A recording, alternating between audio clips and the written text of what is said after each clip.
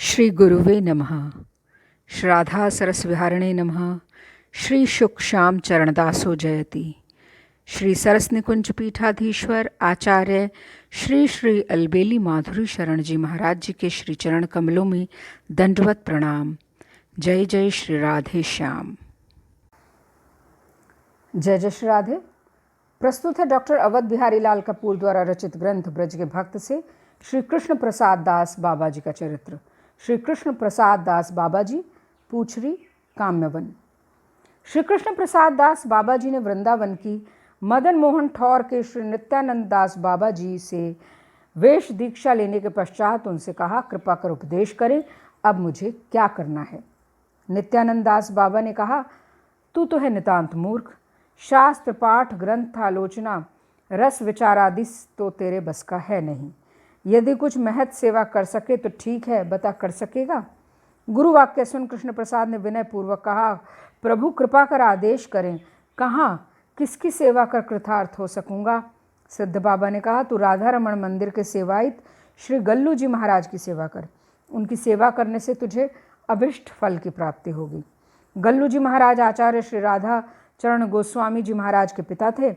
वे बड़े भजनशील और उदार चेता थे।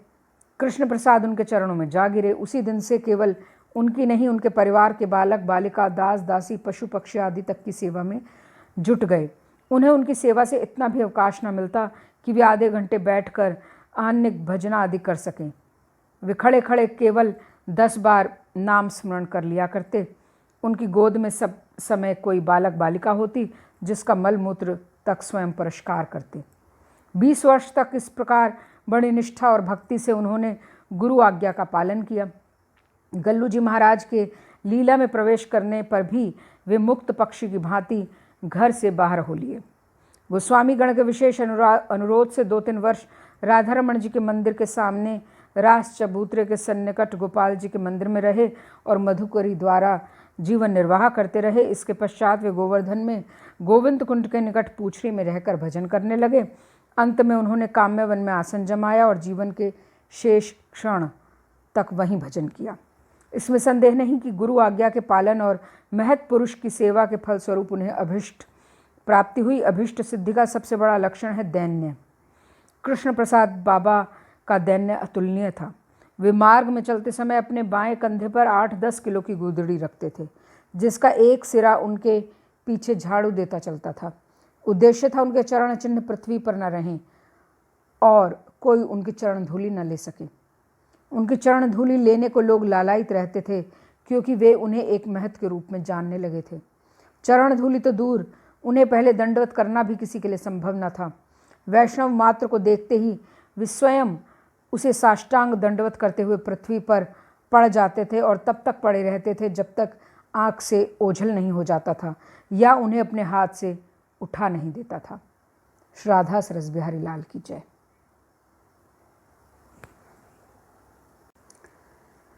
जय जय श्री राधे।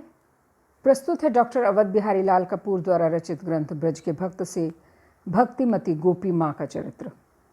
भक्तिमती श्री गोपी माँ, वृंदावन। भक्तिमती गोपी माँ का जन्म अयोध्या में हुआ।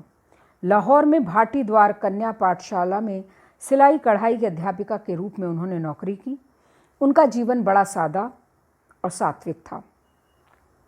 उन्हें जो वेतन मिलता उसमें से थोड़ा सा अपने निर्वाह के लिए बचाकर बाकी गरीब दुखियों की सेवा में खर्च कर देती। अध्यापन कार्य के बाद जो भी समय मिलता उसे भगवत भजन में व्यतीत करती। अध्यापन कार्य से अवकाश ग्रहण कर वे अयोध्या चली गईं। वे राम भक्ता थीं। राम जी की सेवा पूजा में पूर्णतः संलग्न रहकर समय बिताने लगीं। पर न जाने कैसे उनका मन श्री कृष्ण ने चुरा लिया। उनके कर्ण श्री कृष्ण की मधुर बांसुरी की धुन सुनने को और नेत्र उनकी रूप माधुरी का पान करने को सहसा मचल उठे। वे अयोध्या में अधिक न रह सकीं। राम जी के चरणों में प्रणाम कर और उनसे क्षमा प्रार्थना कर वृंदावन के लिए चल पड़ी।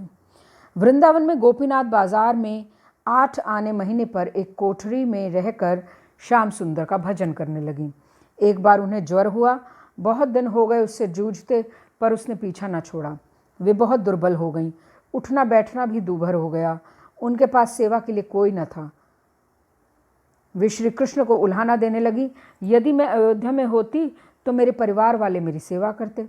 तुम्हारे लिए मैंने घर छोड़ा, परिवार छोड़ा, अयोध्या जैसी जन्मभूमि छोड़ी और अपने इष्ट श्री राम तक को छोड़कर तुम्हारे चरणों की शरण ली, पर तुम ऐसे निकले कि मेरी और दृष्टिपात तक नहीं करते।